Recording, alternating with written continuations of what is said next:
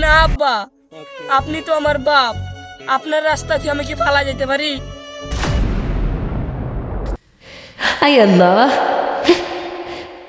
এই অশান্তি সংসার আর কত সহ্য করুম।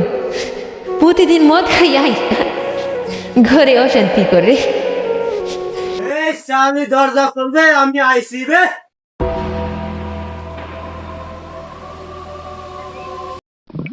এই শালি খাবার কই? সারাদিনে কাজ করি, ঘরে এসে একটু শান্তি নাই।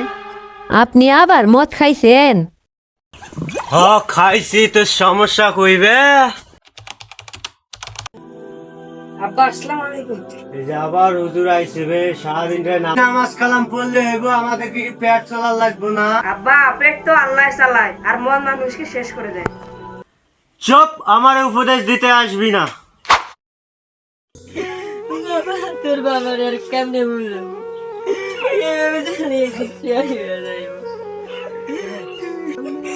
আম্মা, আপনি চিন্তা করেন না, আল্লাহ চাইলে একদিন বাবা ঠিক হয়ে যাবে। আম্মা আম্মা, আমি আব্বার জন্য দোয়া করি, আব্বার জন্য ভালো হয়ে যায়। বাবা তাই জন্য হয় বাবা।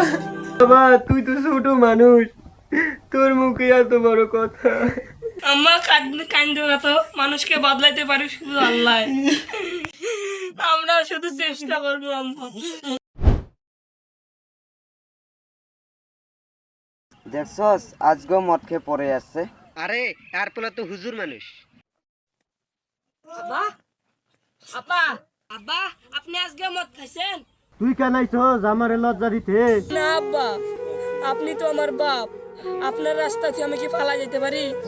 চলেন ঘর যাই।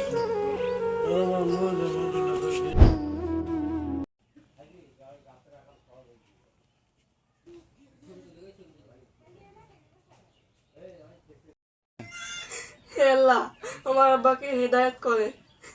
আমার আব্বা তো খারাপ না, আমার আব্বা শুধু পথ হারিয়ে ফেলে। আমার ছেলে আমার জন্য কাঁদে। বাবা, আমি এতই খারাপ, তাও তুই আমারে ছাড়স না। না আব্বা, আপনি তো খারাপ না, আপনি তো শুধু ভুল রাস্তায় গিয়েছেন।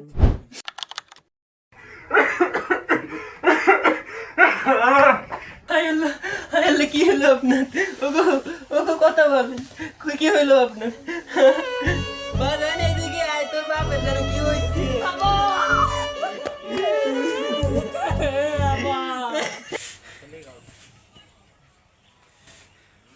ডাক্তার সাহেব, কি বুঝলেন? রোগীর অবস্থা ভালো না, অতিরিক্ত নেশা করলে এমনই হয়। বাবা, তুই আমারে মাফ করে দিস বাবা, আমার ভুল হয়েছে। এমন কথা বললেন না, আল্লাহ তো অনেক দয়ালু। আপনি আল্লাহর কাছে তওবা করেন, আল্লাহ আপনাকে মাফ করে দিবে।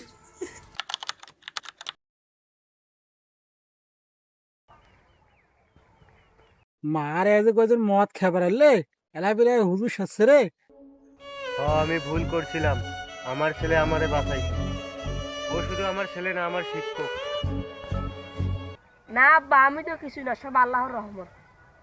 মদ মানুষকে ধ্বংস করে দেয়, মানুষের সম্মান নষ্ট করে, সংসার ভেঙে দেয় এবং জীবনে অশান্তি বয়ে আনে। তাই আমরা মদ থেকে বিরত থাকবো।